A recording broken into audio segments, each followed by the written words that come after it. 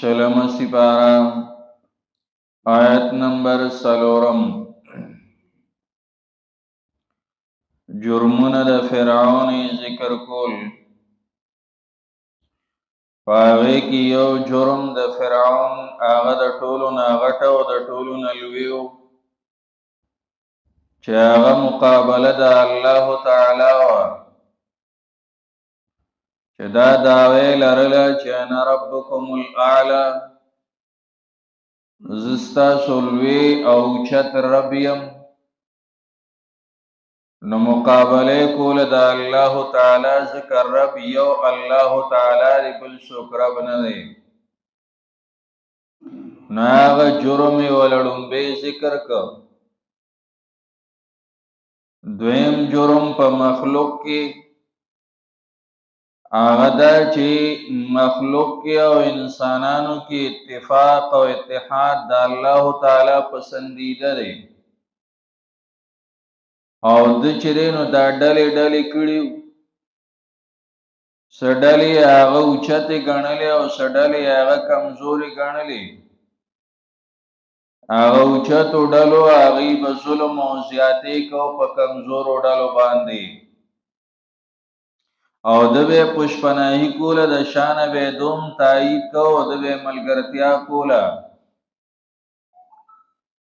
دریم جرم هغه ذکر کوي یستضعف طائفه منهم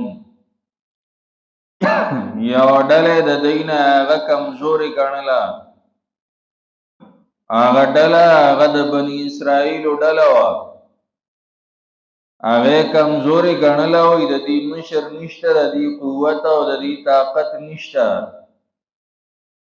مونږ چې دې ته سوایو نه هغه شانتي بکې دا زمونږ په شانتي د غلامانو دي.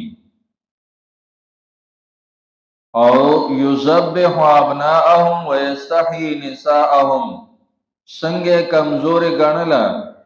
نو دا غي وضاحتم دی او سلورم او پنځم جرم هم دی.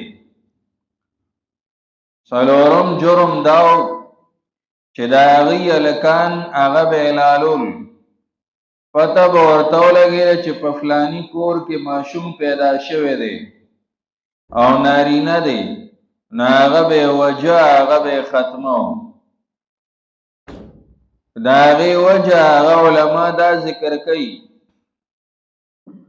چې دته د پلار نیکنه داسې یو خبره را نقل شوی و چې په بنی اسرائیلو کې به داسې یو ځوان پیدا کیږي چې د هغه نه به زمونږ د خاندان حکومت ختمیږي.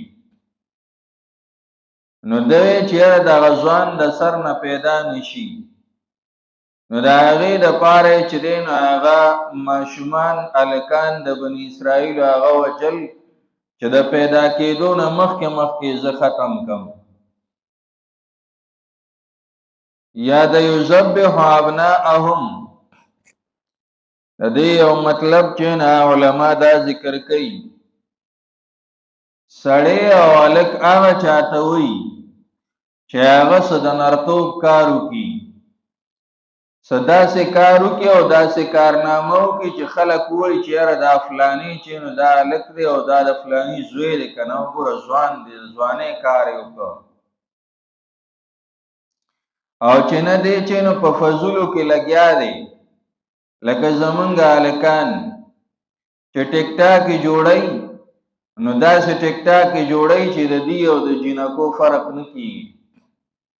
کریمونه یې لګولي ګډاګانې چې نه هغه کوي ګانې ورسره چې نه لګولي او زلفانې چې نه هغه اړولي. دا خو د هلکانو کار نه و. کریم لګول د حدیث مبارک کې راځي جناب رسول الله صلی الله علیه وسلم وی د رنگ خوشبو دا د زنانو د پاره ده او د بوی خوشبو چې ده نو دا د سړو د پاره ده. سړی به د بوی خوشبو استعمالی د رنگ خوشبو د ده د پاره جایز نه ده چې دی په مخ باندې کریم پوډر لګوي او په هغې باندې ځان ښکلی کوي او ځان یو شان کوي د زنانو سره. اوس خو لا دې حد ته ورسېده چې په شونډو باندې ورسره لپسټک هم لګوي. هغه شی چې نو هغه شروع کړو حدیث مبارک کی راضی جناب رسول الله صلی الله علیه وسلم وی لعنت دا الله تعالی دی پاغ سړو باندې چې ځان مشابه کوي د خزو سره.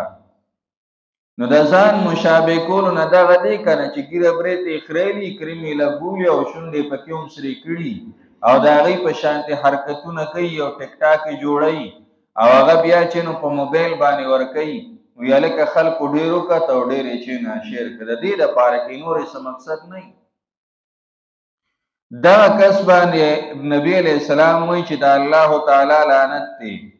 دا خو د هلک کار نو، هلک هغه چې هغه په قوم کې انقلاب راولي، هغه انقلابي کار وکړي، هغه چاته چې نو څه فایده ورسوي، دیني فایده ورسوي یا دنیاوي فایده ورسوي، هغه خلکو کې جوړ او اتفاق او اتحاد چې نه هغه راولي. نو دبا قتل فرعون چیرې پر بنی اسرائیلو کې چرته داسې سړی خو نه پیدا کیږي چې خلو وي، هغه خبره کولی شي، هغه لسته کزان ځان ته راغونډولی شي چې داسې کس به ورته معلوم شو نه هغه به ختمه وایي ځکه هسې نه زما خلاف قوت او تحریک چرته شروع شي، زما حکومت د دې د لاسه چې نه ختم نشي. اوس هم دغه شانتې ده. ګوري چې کوم سړی هغه داسي چې هغه ته لسته کسان راغونډېږي، د هغه په خبره باندې چې نه خلک راپاسي، نو هغه د مخ د ځمکې نه ختموي، هغه چې نو وجني، هغه له چې نو سزاګانې ورکوي. ولې چېرته چې دی نو هغه ماته د ده نه نقصان ورسي، زما حکومت ختم نشي. په دغه طریقه باندې اوس هم روان دي. یذبح ابناءهم، علالول به هغه خلور خلق د دینه، ویستحیی نساءهم، ژوندی به پرېښودی چې نو زنانه د دی، زنانه به ولې ژوندی پرېښودی؟ یو وجه دا چې د زنانو نه به خدمتونه اخیستل، د دې په کورونو کې به خدمتونه هغه زنانو کول د بنی اسرائیلو. نو دا به ژوندی پرېښودی وي چې دا هم ترې ختمې کړو، زمونږ خدمت به بیا څوک کوي، زمونږ د کورونو کارونه به بیا څوک کوي. یا دویمه معنا علما ذکر کوي چې د دې د زنانو حیاګانې به یې اخیستې، ژوندی به یې پرېښودی او د دې دپاره چې حیا یې واخلي، بې پردې کړي او خپل چې نو دغه خواهشات چې نه هغه ترې ترسره کړي او پوره کړي، د دې لپاره به ژوندی پرېښودی. انه کان من المفسدین، د شپږم چې دی نه جرم دی. انه کان من المفسدین، یقینونو دی د فساد کوونکو نه. فساد یې څو؟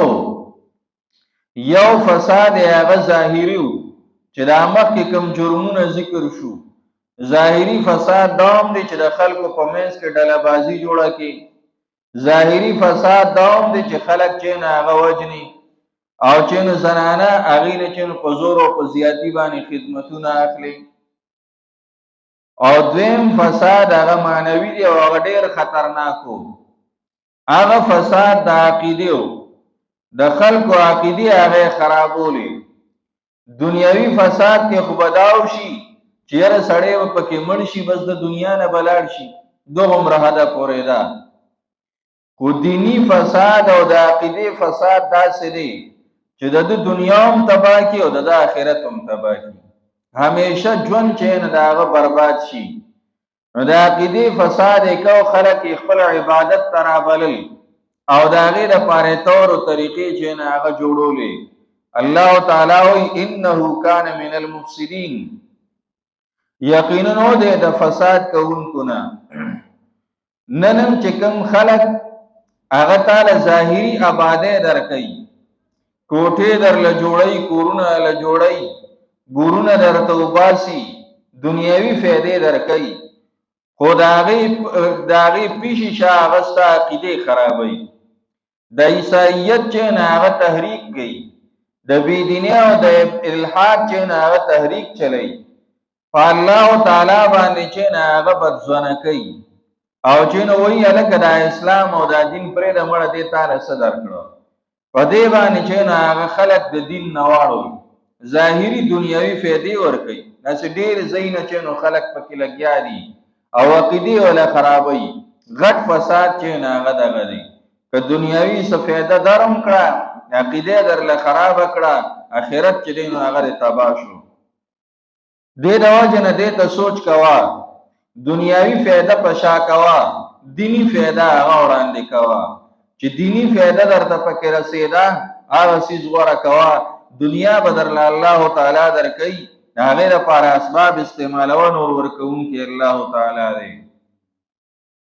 یستضعف طائفه کمزوري ګڼل یو ډله منهم د دینا یذبح ابناءهم وجلی زامن د دی ويستحيي نساءهم ژوندې پرې خو دې خزر دی انه کان من المفسدين یقینا دې د فساد کوونکو نه